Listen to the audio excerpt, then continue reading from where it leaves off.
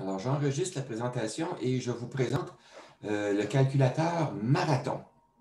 Je vais agrandir la taille des caractères. Si vous ne voyez pas bien au fur et à mesure, indiquez-le moi pour que je puisse agrandir les caractères au fur et à mesure. Alors, le calculateur Marathon, comme les autres calculateurs que j'ai faits, comprend plusieurs onglets. Et chacun des onglets va permettre de réaliser une tâche en particulier. Et la façon de l'utiliser, ben, c'est on utilise les onglets de gauche à droite, tout simplement.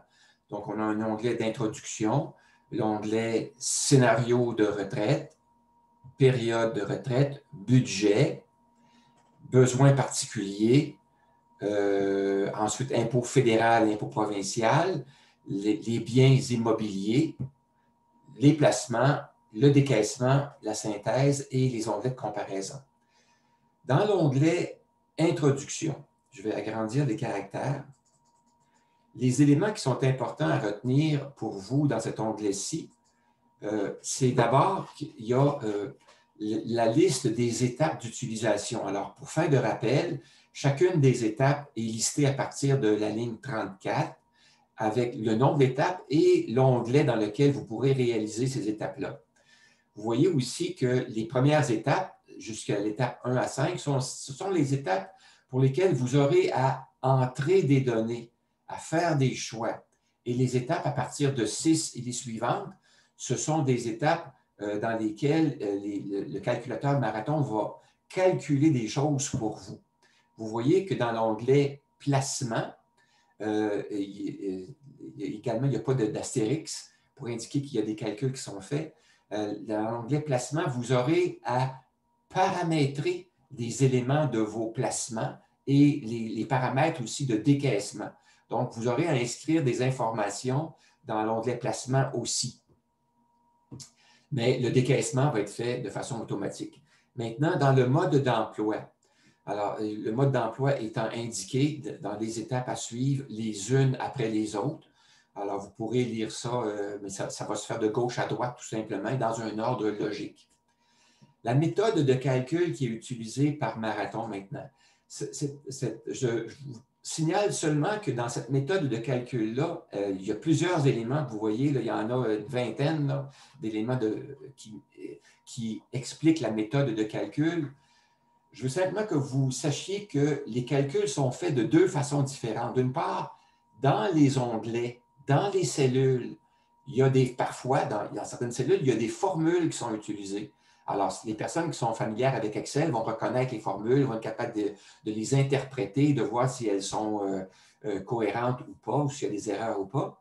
Alors, toutes les formules constitue une partie de la méthode de calcul qui est utilisée par Marathon et ça correspond aux éléments 1 à 5 de Marathon. Alors, les éléments qui sont indiqués dans la méthode de calcul, les éléments 1 à 5, ce sont tous des éléments qui sont calculés par des formules dans les cellules. Les éléments suivants, à partir du numéro 6, ce sont des éléments qui sont calculés à l'aide de modules programmés. Donc, pour activer la programmation, vous devez cliquer sur un bouton qui va déclencher la programmation, qui va exécuter les calculs. Les calculs se font donc dans un langage de programmation qu'on appelle le VBA, ou Visual Basic for Application. Alors, il y a plusieurs milliers de lignes de programmation qui sont sous-jacentes derrière ça. Alors, donc, c'est fait pour les personnes qui ont des connaissances plus avancées, mais voilà, il faut que vous sachiez que lorsque vous déclenchez une routine de calcul, il y a beaucoup de choses qui se passent derrière. Si vous voulez savoir dans quel ordre les éléments sont calculés, bien, vous pouvez suivre les numéros des étapes et vous voyez dans quel ordre chacun des éléments sont calculés les uns après les autres. Alors, vous pourrez le lire ou on pourrait en prendre connaissance plus tard lorsqu'on aura un aperçu plus général de l'ensemble des onglets. Maintenant, ce que je vais faire, je vais vous présenter les autres onglets du calculateur pour que vous puissiez savoir pour chacun des onglets comment c'est structuré et quel est le but de l'onglet, quelles sont les informations qu'on entre dedans. Et je ne vous demande pas d'entrer vos informations maintenant parce que vous aurez un devoir. À la fin de la rencontre de ce matin, je vais vous laisser comme devoir d'aller inscrire dans Marathon les informations dans quelques onglets et on va se revoir la semaine prochaine et je vais vous présenter la façon de faire pour inscrire les données et je vais vous indiquer aussi la méthode de calcul pour les autres onglets. On va progresser étape par étape, onglet par onglet. Donc, pour l'instant, ce que j'aimerais, c'est que vous puissiez juste voir la présentation, vous repérer les éléments à quoi ils servent dans chacun des onglets. Donc, j'y vais avec le premier onglet de travail, qui est l'onglet Scénario. Dans l'onglet Scénario, c'est un onglet que vous avez vu parce que j'avais envoyé le fichier là, qui s'appelait Entrée des données dans le calculateur Marathon. J'imagine qu'il y a quelques personnes qui ont regardé ça et qui ont pu voir là, que c'était pas si compliqué que ça à entrer. Alors, dans tous les onglets de Marathon, j'ai essayé d'utiliser un code de couleur. Alors, le code de couleur, c'est, comme vous êtes habitué maintenant, les cellules qui sont à fond orangé indiquent qu'il s'agit d'une donnée que vous devez entrer. Vous devez entrer une donnée dans ces formules, dans ces cellules-là. Et vous avez aussi des cellules qui sont avec des fonds gris, ce qui indique qu'il s'agit de cellules avec des formules. Alors, bien sûr, vous essayez de ne pas briser les formules. En général, j'ai tenté d'appliquer la protection aux onglets, de sorte que vous pouvez utiliser le logiciel de façon plus sécuritaire, mais vous pouvez enlever cette protection-là avec l'onglet Révision. Alors, vous pouvez, dans l'ensemble des menus, vous pouvez aller cliquer dans le menu Révision et choisir l'option Protéger la feuille ou enlever la protection. Comme ici, elle n'était pas placée, alors je peux placer la protection. En plaçant la protection, ça fait en sorte que vous ne pourrez pas modifier par inadvertance une cellule qui contient une formule. Alors, c'est pratique. Maintenant, dans tous les onglets aussi, j'ai tenté d'inscrire dans le haut à quoi sert l'onglet et la méthode dans le mode d'emploi de cet onglet-là. Alors, c'est des points de repère là, qui vont vous aider pour chacun des onglets. Donc, dans l'onglet Scénario, qu'est-ce que ça permet de faire?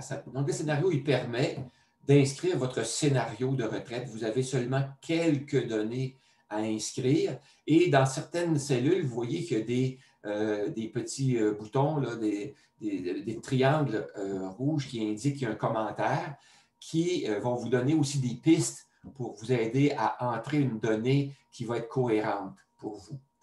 Voilà. Particularité de Marathon, c'est vous avez à inscrire des taux d'inflation différenciés pour les revenus et pour les dépenses, mais aussi revenus moyens dans le passé et les taux d'inflation moyens dans le passé et les taux d'inflation moyens prévus au cours de la retraite. Alors, donc, c'est particulier. Dans l'ensemble des autres calculateurs que j'ai vus, moi, il n'y avait qu'une seule variable pour inscrire le taux d'inflation. C'était le taux d'inflation annuel moyen prévu au cours de la retraite. Et ici, vous avez déjà la possibilité de différencier les quatre. Alors, les taux d'inflation moyens du passé sont ceux là, qui sont disponibles en regardant les statistiques de Statistique Canada. Alors, les taux qui sont là correspondent au taux moyen annuel passé des 15 dernières années. Pour les revenus, c'est le taux au Canada. Et pour les dépenses, j'ai inscrit le taux moyen d'inflation pour la région de Québec. Alors, donc, si vous voulez le modifier pour la région de Montréal, bien, vous pourriez aller voir le taux moyen, vous pourriez calculer le taux moyen des 15 dernières années pour la région de Montréal et vous pourriez inscrire ce taux-là ou le taux moyen de la province de Québec ou le taux moyen du Canada aussi, si vous le voulez. Alors, mais vous pouvez le ventiler ou le garder le même.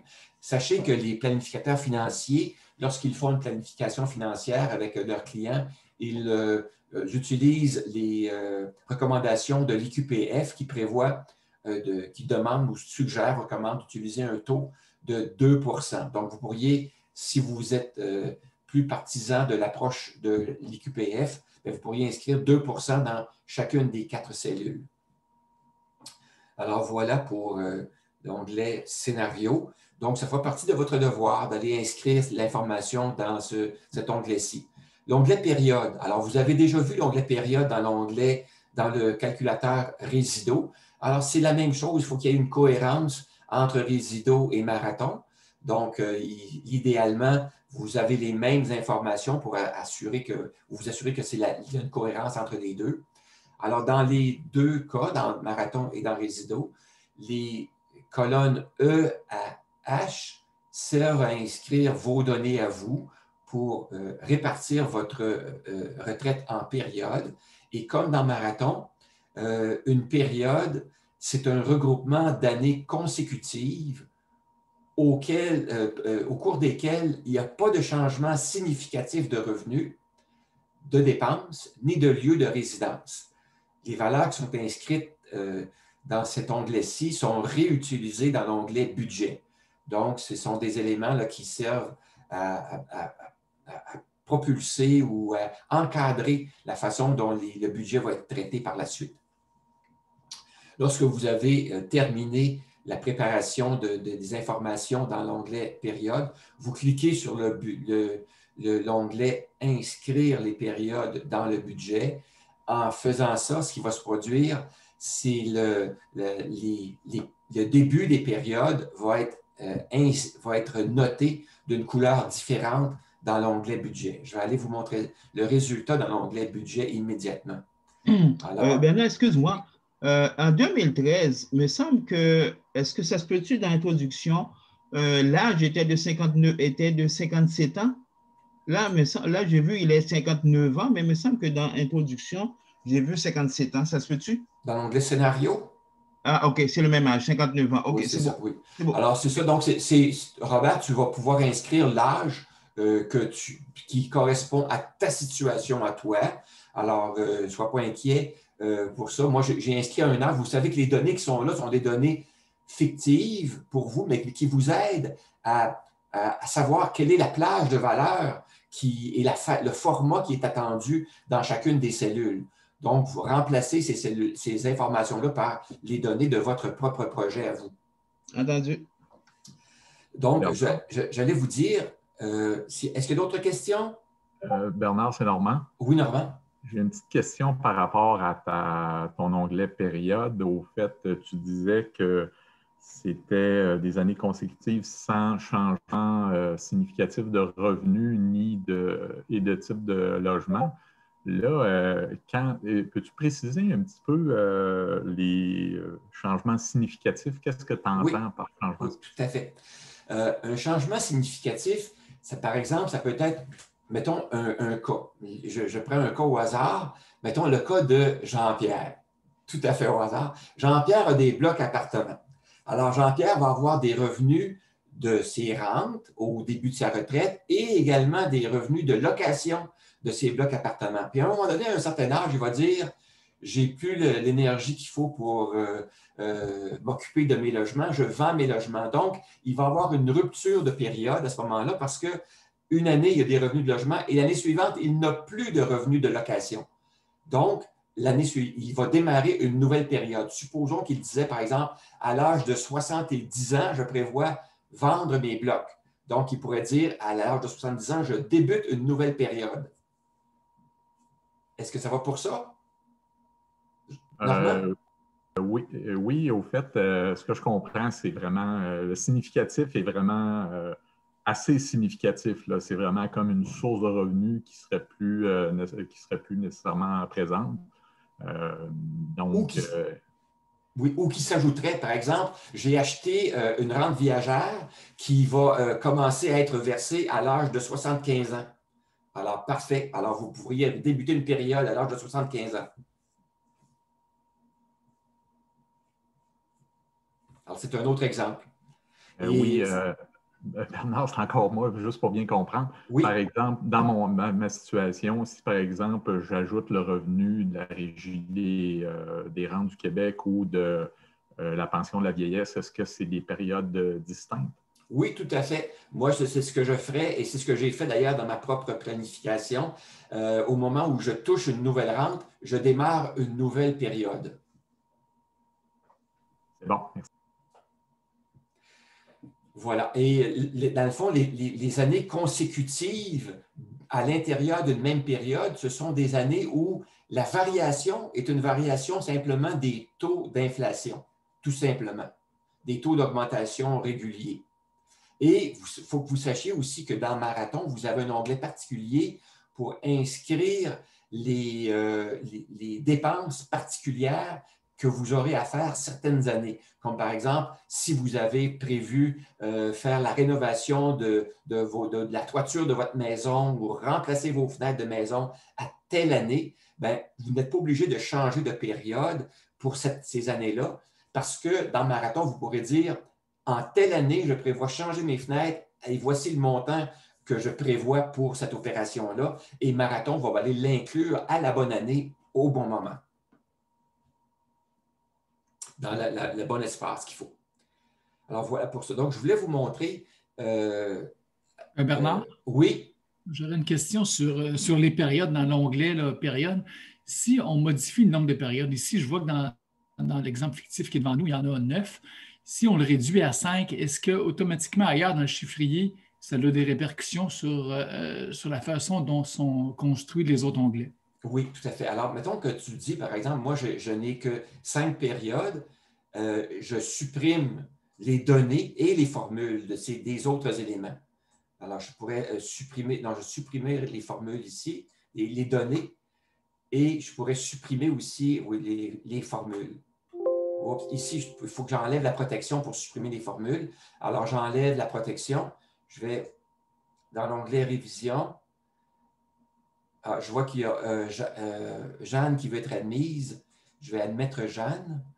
Je vais enlever la protection de cet onglet-ci et je vais pouvoir supprimer les formules pour ces périodes-là. Une fois que ça c'est fait, je cliquerai sur l'onglet « Inscrire les périodes dans le budget » et ça va avoir bien sûr une répercussion, là. Les périodes vont être changées au moment des débuts de ces périodes-là. Et ce que ça fait, c'est que ça va installer des points de repère visuels. Je vais vous montrer ce que ça donne, là. Je vais réinstaller ce qu'il y avait là. Je vais vous montrer les points de repère visuels dans l'onglet « Budget ». Ce sont des points de repère visuels qui vont vous aider à faire votre planification financière. Oups, je vais donc dans l'onglet « Budget ». Pour chacun des débuts de période, je vais agrandir un peu la taille des caractères pour que vous puissiez bien voir. Aux lignes 7 à 10, dans les colonnes qui sont spécifiques pour recevoir les données de chacune des années financières, vous voyez que dans les lignes 7 à 10, il y a une couleur jaune qui est appliquée au fond des cellules. Alors, le fond des cellules jaunes indique qu'il s'agit du début d'une nouvelle période. Alors, vous voyez qu'en 2015, c'est la période 2 qui commence, en 2016, la période 3, et en 2018, la période 4, et en 2024, c'est la période 5 qui commence. Alors, c'est simplement un point de repère visuel qui va vous aider si vous avez décidé de changer de période, c'est parce que vos revenus vont changer ou vos dépenses vont changer. Donc, ça va vous aider à regarder, à inspecter votre planification financière, votre budget et à faire le changement approprié à la colonne appropriée. Parce que dans les colonnes du budget, vous voyez que la plupart, pour l'ensemble des cellules, des années, ce qu'on voit, c'est une formule. Alors, par exemple, à la période numéro 4, je prévois avoir un revenu supplémentaire, bien, je pourrais, plutôt que d'appliquer une formule, je pourrais ajouter un nombre ici indiquant qu'il s'agit d'un nouveau revenu que je vais avoir ici. Et une fois que j'aurai inscrit ce nouveau revenu-là, ma méthode de fonctionnement à moi que je vous propose de faire, d'utiliser, c'est à chaque fois que vous remplacez une formule par un nombre, par un montant fixe, bien, vous appliquez la couleur jaune. Par exemple, si je voulais remplacer, là, mettons, je vous donne un exemple. Admettons que je décide que je vais avoir un changement. Ici, je change de type d'habitation. Ici, mes dépenses de loyer, d'électricité seront différentes à partir d'ici. Parce que, mettons que je décide d'aller habiter dans un logement, puis le prix de l'électricité est déjà inclus dans le prix du logement. Alors ici, je pourrais simplement enlever la progression automatique des frais d'électricité qui apparaissent à la ligne 40, qui est augmenté de façon annuelle au taux de 1,9 %. Alors, j'irai dans cette colonne-là, la colonne de l'année de mes 70 ans, et je supprimerai le montant et j'irai appliquer le fond jaune pour indiquer que c'est un choix que j'ai fait. J'ai remplacé une formule par un nombre. Alors, à partir de là, toutes les autres lignes après, bien, il n'y aura plus de montant d'électricité qui va être inclus dans le calcul du budget. Mais pour me rappeler que j'ai fait un changement volontaire, bien, je le surligne en jaune. Alors, c'est une façon de noter l'information que je vous recommande d'utiliser à tous les moments où vous aurez à faire des changements dans l'onglet budget. Et la même chose dans l'onglet décaissement aussi, qu'on va voir plus tard. Alors, est-ce que ça répond à ta question? C'est Sylvain, je pense, qui posait la question. Est-ce que ça répond à ta question, Sylvain? Oui, tout à fait. Parfait, merci beaucoup. Alors, je reprends, je vais annuler les changements que j'ai faits. J'ai une question, Bernard. Oui. C'est Louise. Oui, Louise. Est-ce qu'un changement de voiture, c'est considéré comme un changement significatif? Un changement de voiture, c'est une dépense ponctuelle que tu vas pouvoir noter dans l'onglet budget. Alors, moi, c'est pas dans l'onglet budget, mais dans l'onglet besoin. Alors, on va le voir tantôt, l'onglet besoin. Tu vas voir que lorsqu'on change de voiture, c'est une dépense ponctuelle et le restant va suivre son cours. Je vais vous le montrer ça tantôt. OK, merci. On garde la même période. Pour un changement de voiture, c'est comme ça. OK. Donc, l'onglet période, il n'y a plus d'autres questions à cet effet-là. Donc, vous allez avoir comme devoir aussi de remplir l'onglet période. Après que vous aurez rempli l'onglet période, bien, vous cliquez sur le bouton « Inscrire les périodes dans le budget ». On va justement aller voir la réponse à la question de Louise. Ah, sa question tombe juste bien. On va dans l'onglet « Besoin ». Alors, l'onglet « Besoin », j'agrandis la taille des caractères. C'est un onglet qui va vous permettre de préciser les dépenses ponctuelles qui répondent à des besoins particuliers.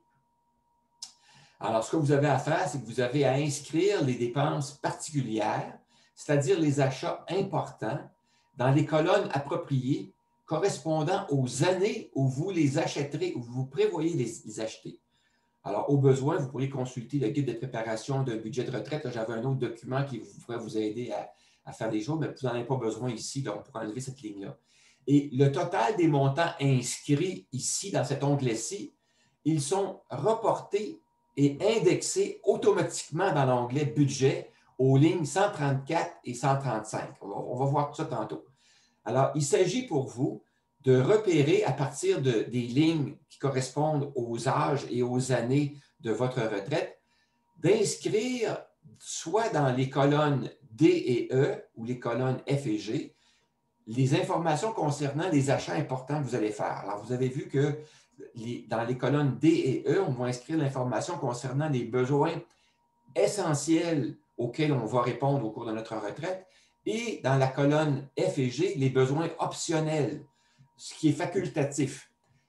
Et on va inscrire simplement un rappel de ce qu'on prévoit acheter et le montant prévu en dollars de l'année de début de votre planification financière de retraite.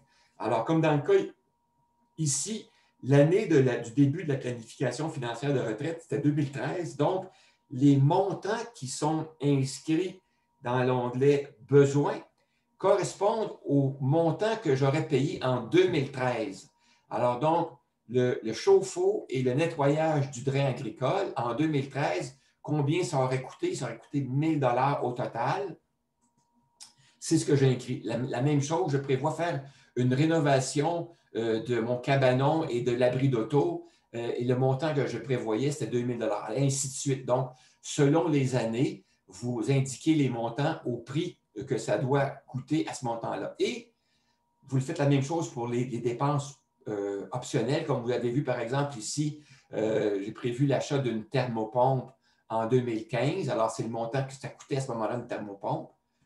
Et le calculateur Marathon va prendre la somme de vos besoins essentiels et de vos besoins optionnels année par année et il va les indexer au taux que vous avez choisi pour l'indexation. Les taux que vous avez choisis sont ceux que vous avez inscrits dans l'onglet « Scénario » pour les dépenses prévues. Alors, dans les dépenses prévues, ici, c'était 2,2 %. Alors, ce taux-là va être réutilisé dans l'onglet « Besoins » pour indexer les montants. Ainsi, par exemple, la thermopompe qui valait en 2015, qui était estimée en 2013 au montant de 7 500 $. Lorsque je vais débourser le montant en 2015, bien, ce montant-là est indexé.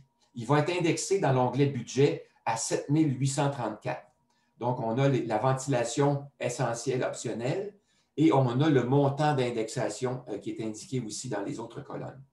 Alors, vous voyez que c'est assez simple à remplir et les calculs se font automatiquement année par année. Alors, vous voyez comme par exemple, vous pouvez voir que un exemple, là, que je prévois par exemple changer en 2020 les fenêtres, un montant de 6 000 $ et la voiture 40 000 $, le montant estimé. Vous voyez que les montants sont indexés. La voiture correspond à 47 000 lors de cette année-là et le montant de 6 000 devient 7 400. C'est indexé comme ça. C'est fort facile à remplir. Dans l'onglet budget, ces informations-là vont être reportées aux lignes 134 et 135. Alors, on va aller voir dans l'onglet budget. Bernard, juste une petite question avant. Oui. Entre les besoins essentiels et les besoins optionnels, ce que je comprends, c'est à titre indicatif, informatif seulement. Au fait, le traitement derrière, c'est le même pour les deux types de besoins. Oui, en fait, les deux façons qu'on l'inscrive dans une colonne ou dans l'autre, l'indexation va être calculée avec la même formule, mais ça va être reporté dans des lignes différentes dans l'onglet budget. De sorte que lorsque vous allez analyser votre planification budgétaire, si vous dites, bien là, j'ai trop de dépenses, je dois couper dans mes dépenses parce que je n'aurai pas suffisamment d'argent pour assurer ma subsistance jusqu'à la fin de mes jours, ça va être plus facile pour vous de retourner par en arrière et dire, bien là, je vais couper dans quoi? Je vais couper dans mes besoins optionnels, pas dans mes besoins essentiels. Vous comprenez? C'est juste pour vous faciliter l'analyse et l'ajustement de votre budget, tout simplement. Est-ce que ça répond à ta question? Absolument. C'est effectivement, oui, puis ça va être bien pratique aussi. Voilà. C'est une autre subtilité que vous ne verrez pas dans les calculateurs là, offerts par les institutions financières. Alors, dans l'onglet budget, donc, les montants qui sont inscrits vont être reportés dans les bonnes années, indexés aux lignes 134 et 135. À la ligne 134, on devrait voir les besoins essentiels et ligne 135, les besoins optionnels, tout simplement. On va aller voir ça. Okay. Alors, j'ai peut-être une petite question là-dessus. Je vois un plan dentaire aussi bien dans les besoins essentiels que dans les besoins optionnels. Est-ce que c'est deux choses différentes? Oui, ça? Oui, c'est que dans un cas, ça peut être, par exemple, les implants dentaires de la mâchoire du haut et les implants dentaires de la mâchoire du bas. Alors, vous pouvez choisir là où vous voulez. Là. Alors, c'est vous qui allez décider où vous mettez l'information. Moi, je te donne des exemples ici. C'est à titre d'exemple simplement. OK. Si ça ne vous convient pas, on peut dire, par exemple, la mâchoire du bas coûte moins cher. Par exemple. Ça va vous permettre de ventiler les deux. C'est beau? OK. C'est un bon repère, Robert. Robert, tu as un œil de lynx, un œil aiguisé. C'est bien. Alors, on va dans l'onglet. En effet. Dans l'onglet, oui. Bien, au fait, moi, ce que j'aurais fait, c'est que j'aurais distingué la description. Peux-tu répéter, s'il te plaît? Ce que j'aurais fait, c'est que j'aurais distingué, j'aurais mis deux définitions. Oui. C'était mâchoire du haut, maxillaire supérieur, et de l'autre côté, ben, ça va être le maxillaire inférieur. C'est exemple, tu sais, là. Excellent. Comme ça va vous permettre de vous en rappeler. Tu fais bien de le noter. C'est Normand, je pense, hein? C'est la voix de Normand, ça? Oui, c'était moi. Parfait. Alors, Normand, tu fais bien de le noter parce que d'une année à l'autre, on ne s'en souviendra peut-être plus. Tout à fait. C'est excellent. Plus de précision, ça aide bien là, ça c'est sûr. Oui, tout à fait. Oui. Alors, c'est à vous d'inscrire ce dont vous aurez besoin. Bravo.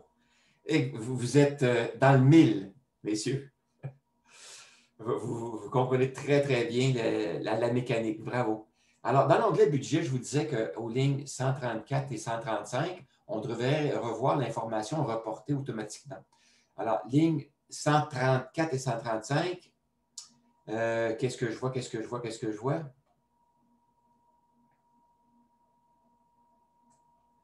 Ah, c'est ça. Les lignes ont changé. Les lignes ont changé. Parce que pas 147, 148, oui, 148, 149. Oui, j'ai rajouté des éléments, c'est ça. C'est moi qui n'ai pas fait la mise à jour. On pourra le corriger. À la ligne 148, 149, tout à fait, vous avez raison. Merci, Gilles. Encore là, un œil de lynx, bravo. Alors, à la ligne 148, 149, les besoins essentiels particuliers et les besoins particuliers optionnels sont reportés tout simplement depuis l'onglet budget, tout simplement année après année, selon l'année à laquelle vous l'avez planifié. Donc, ce qui fait que vous n'aurez pas besoin de changer de période parce qu'à l'année donnée où vous aurez une dépense, elle va s'inscrire automatiquement dans le budget et elle va se rajouter dans la section qui s'appelle projet. Dans la section projet, vous pouvez rajouter les projets que vous voulez. Vous avez même la possibilité de rajouter une section pour des réserves pour imprévus. C'est vous qui allez choisir. Toutes sortes de choses que vous voulez. Vous pourrez vous rajouter des lignes au besoin. Là, vous aurez cette souplesse-là. Oui, Bernard. Oui, Gilles. Je vois comme d'un besoin optionnel, on peut mettre un gros voyage. Je vois que tu as déjà une ligne pour voyage normal, mais supposons qu'on décide de faire un voyage de 90 jours, ça pourrait être là-dedans. Oui, tout à fait. Si, par exemple, à chaque année, vous avez un budget voyage de 6 000 7 000 vous inscrivez ça dans l'onglet budget comme étant une dépense régulière, une dépense de voyage régulière, frais de transport, hôtel, voyage, aux lignes 153 à 155. Vous avez trois lignes pour inscrire vos dépenses régulières de voyage.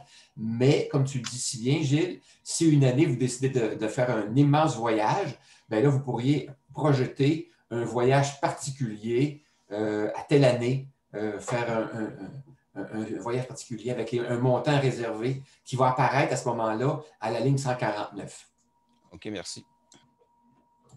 Vous avez l'œil de lynx, messieurs. Bravo. Donc, ça y va pour ça. Là, on serait rendu à voir, ici, je vous invite à prendre une note là, tout de suite pour corriger l'information à la ligne 5 de l'onglet besoins. Ce serait plutôt les lignes 148, 149. Alors, je vous invite à prendre l'information en note et à la corriger. Là, ce fera partie de votre devoir de corriger cette information-là par vous-même. Oups, j'ai fait comme une petite erreur. Alors, voilà. On serait rendu à passer à l'onglet budget. Alors, l'onglet budget, je vais me permettre de terminer l'enregistrement et d'en redémarrer un autre.